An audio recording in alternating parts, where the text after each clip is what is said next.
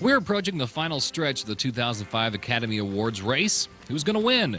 Who's going to go home crying like a little baby? Find out for yourself on Sunday, February 27th, as Chris Rock hosts the Oscars right here on KQTV. This week, we're going to cut through all the fog and give you some reliable predictions on what to expect. So listen closely. You could be the star of your office pool. This week, we're taking a look at the big enchilada, Best Picture. We've got 5 nominees, but as usual, the race is really only between a couple of films. Here is how the competition is shaping up. First of all, you got the film that certain critics love, while most audiences just shrug their shoulders and wonder, what's the big deal? The movie is Sideways, and every year you have one of these films that makes it to the final round.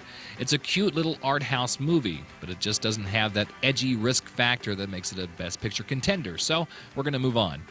It was the year of the biography film, and 2 of the best were Finding Neverland, about writer J.M. Barrie, and Ray, which is about singer Ray Charles. Both good films, both as different as they are equal to one another. Side by side, they're just about equally successful, so they cancel each other out. This leaves room for that other biography film, The Aviator. With 11 nominations, it is the statistical winner. Any movie with over 10 nominations for the last 19 years has taken the Best Picture Oscar. Wait a second, then there's that underdog, Clint Eastwood's $1 Million Baby, the movie that looks like a sports drama but is actually a controversial film with complicated moral issues.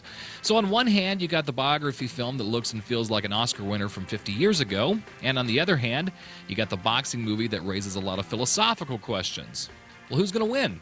Well, this is a tough call, a lot tougher than most. It could go either way.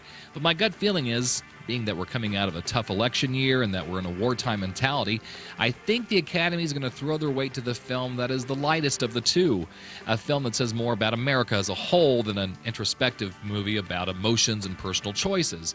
And in that regard, I predict The Aviator is going to take home the big prize for Best Picture. Besides, it's time for director Martin Scorsese to get recognized by the Academy. Is it the best film of the year?